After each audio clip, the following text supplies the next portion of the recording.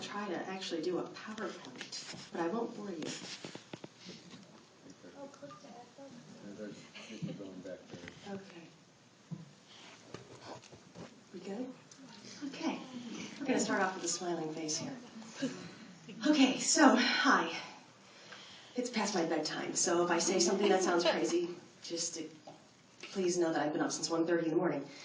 So how can I tell you about nearly 6 years of hell in about 8 minutes? How can I get you to truly understand and truly feel like you've never had before what it's like to live with intractable seizures?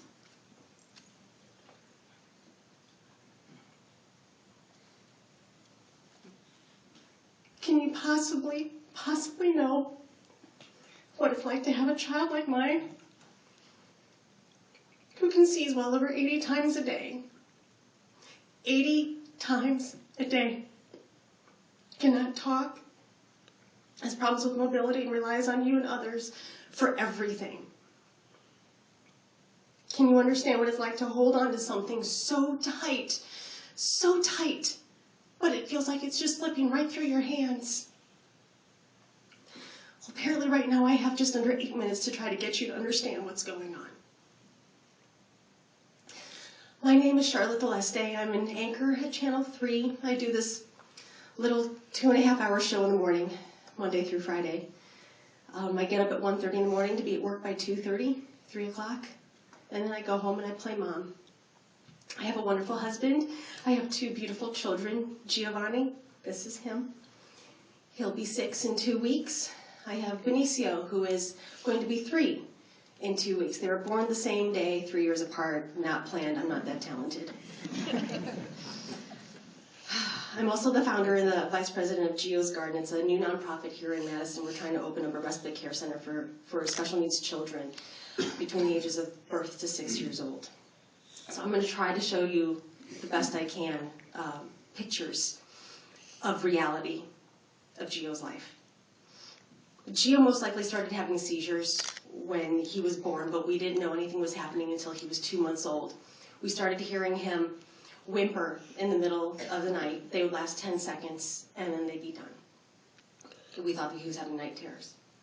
It wasn't until he was 6 months old he had one of these episodes in front of my husband, wide awake, and at that point we decided to try to videotape, and we finally found, we caught some in the middle of the night of him seizing. Again, we didn't know that they were seizures. At 7 months, he was diagnosed with epilepsy. Those seizures we were looking at were complex partial seizures at the time. I should probably be doing that. There you go. There's he sleeping. At 10 months old, he had brain surgery. 10 months old for an arachnoid cyst. They didn't know what could have been the problem. They saw this MRI with a cyst, and they thought, you know what, maybe this is the cause. It didn't do anything. The seizures, the cyst, weren't related. So as the days, the weeks, the months go by, his daily seizure count went from the teens to the 20s into the 30s, and the seizures changed from partial complex to tonics to atonics, myoclonics, absence. If you know the seizure technology, the terms, then you know what I'm talking about. I'm not going to bore you with that. We went from one medicinal cocktail to another, to another, to another, and just fail. We could never control it. When he was 2.5, he was diagnosed with Lennox-Gastaut syndrome, words in the seizure world that you really do not want to hear. It's pretty bad in layman's terms. It basically means that his brain is constantly firing off seizure activity, but you don't always see the seizures coming out. Prognosis is very poor, from what I've been told and from what I've read. Developmental delays are part of this package. Seizures are very hard to control, and there are a limited amount of medications that are approved for this particular type of syndrome. He had 20 words total, which included animal noises, like dog is barking, and they're all gone. He used to smile a whole lot, and now they're few and far between. We're slowly losing him. So what can I say? I can't really find an eloquent way to say it, but seizures suck. Yeah, and regardless of who you are, what kind of life you lead, they absolutely stink. This is what happens when you have a seizure. You spend 8 hours in an emergency room trying to get your child's chin stitched up because he fell 6 inches from the floor because of a seizure. When it happens to your own baby who cannot tell you if he's in pain after having them, that really sucks as well. Well, in the summer of 2010 is when Gio really started to decline, so just last summer. He started to lose his language, he started to lose his ability to walk, run, sit, stand. It's as if his muscles were just deteriorating right before your very eyes. We became the not-so-proud owners of a wheelchair that's designed to look like a stroller, but I like to say if it looks like a duck, walks like a duck, and sounds like a duck, it's probably a duck. So, we have a wheelchair. His seizure count went up to more than 70, and I cannot give you an exact count because at that point I said, if I got to 70, I'm going to stop counting because, God, do we really want to be counting all day long? Now, mind you, I said that in the spring when he was having 50. If I reach 50, I'm going to stop counting. Then I got to 60, and I'm like, I'm going to stop counting. Then I got to 70.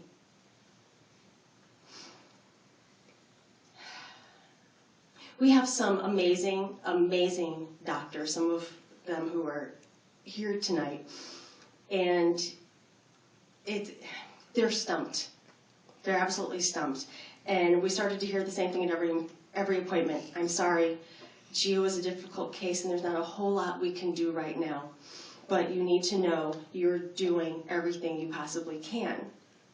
Their words of hope, really appreciated, but they just hit your heart and your gut in a way that you just can't even describe. Well, Gio stopped eating and drinking. This is a seizure. This is going to be hard. He stops drinking and eating. And I remember one Sunday in September, he had so many seizures that he didn't have the ability to eat or drink. And I remember sitting on the couch, remember that? And I was holding him, and I took a syringe of water, put it in his mouth, because I'm thinking he's got to get something in. And the water just came right out. And Ron said to me, if this isn't a sign that he needs a feeding tube, then I don't know what is. And a month later, he got that feeding tube. Then, a month after that, right after Thanksgiving, we were presented with an option, really no other choice. It was our last best chance of reducing or stopping his seizures. It's the ketogenic diet. So think Atkins times 1,000. This was all we had left. So we tried it, and within 2 days, it worked. It worked phenomenally. The fog lifted, he looked at me with intent, he smiled, he started eating. And it lasted 3 months. It was the best 3 months of my life. And suddenly the floodgates opened, and he started seizing again. And this time, they wouldn't stop. We went on a backward slide, and then his seizure count went up to 80. More than 80, because again, I couldn't continue to count over 80. And his seizures, a variety pack, but now they're easy to miss because they're so quiet. And especially when you're sleeping with a baby monitor, when you haven't stopped sleeping with a baby monitor since day one, they're really hard to pick up because they are so quiet. I count my lucky stars every day because I cannot tell you how many times I have found his stiff body face down, not breathing in his mattress. Or the opposite, face up in his bed, flat on his back, seizing and throwing up. These seizures have caused numerous injuries. We spent a lot of time with the doctors, ER, you name it. The most recent was July 3rd. He had had 3 seizures in 1.5 hours, and he had vomited in one of them. And I told Ron, I said, before you go take him to bed, I said, let's just give him a quick little bath.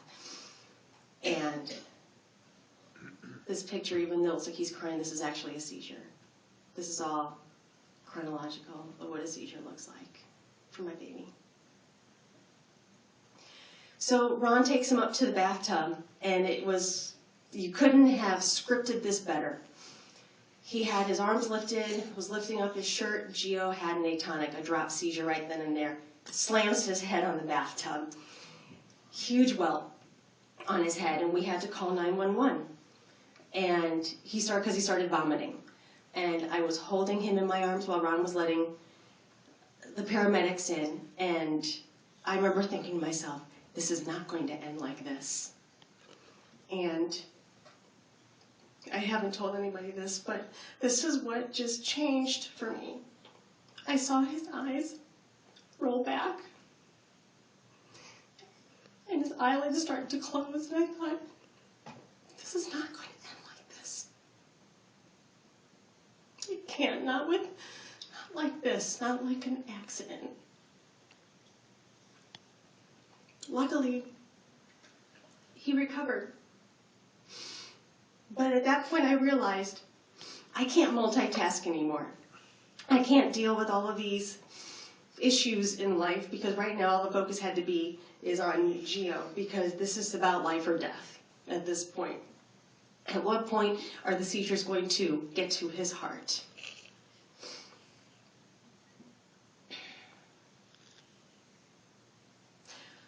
So at that point I thought, okay, what do you do? What do you do when you're fighting for someone's life? You do whatever you can. You do whatever you damn well can. And for me, that meant I had to actually lower my bar. Would I like Gio to be seizure-free? Absolutely I would. But am I going for that? No, I'm not. I just want significant seizure reduction. I would love to be able to say, he's only had 13 seizures today. I'd be fine with that. I'd be fine with that. The latter part of the summer, we've had a lot of significant appointments, a lot of tests done, at least just to try to find a cause, so at least can kind of lead us down to the right path of, what kind of treatment can we do? And it culminated with a trip to Mayo at the end of May, and that didn't really get us anywhere. They said that he has a brain tumor. This is the first time I've ever spoken about this in public. Can I have a Kleenex, please? I've used this one up like no one's business. So, here we go, and then I get a beer after this. So apparently he has a brain tumor. But then we have another facility saying that it's not a brain tumor. With all certainty, they say it's not a brain tumor. And with all certainty, we're sorry, there's nothing else that we can do for your son.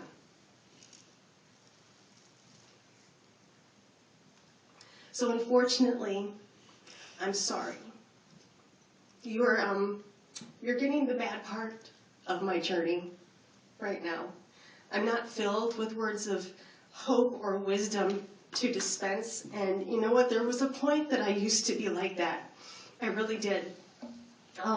But all I have to offer is my reality, which I really, truly hope that I'm not alone in this. And part of that reality is having another kid who is almost 3 and will tell us when Gio's having a seizure, or will monitor his oxygen level after a seizure.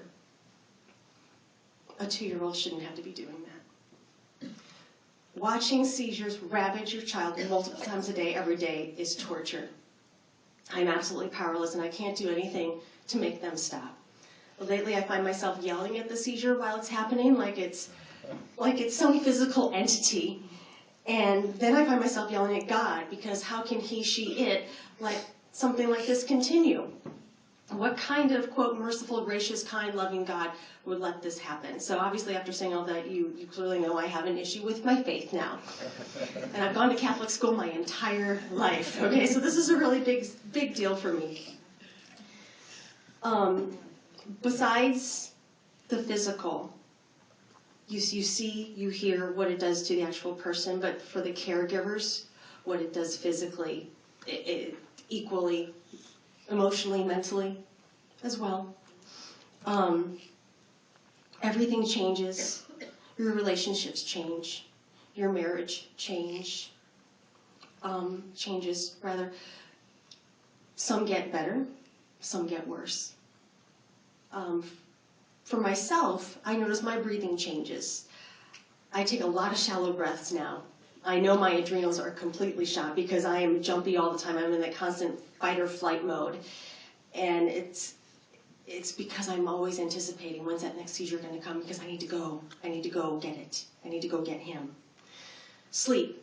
I love sleep. If I could marry sleep, I'd be so there. But somehow sleep must have broken up with me, and I did not get that text breakup message at all.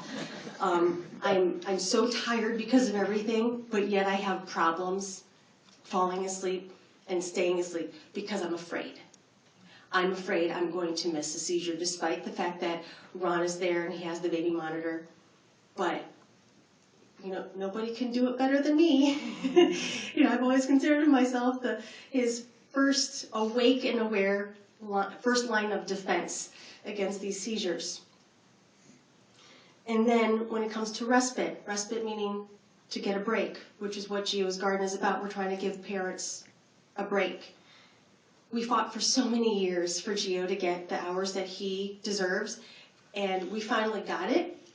We finally got it about a month ago. And the irony of all of this is I can't take the break. I'm afraid to leave. I'm afraid to leave him. Every morning before I go to work at 2:30, 3 o'clock, I go into his room and I run my fingers through his hair and I kiss his chubby cheek and I wonder, is this the last time I'm going to be able to do this? And I only work 7 blocks from home. 7 blocks from home.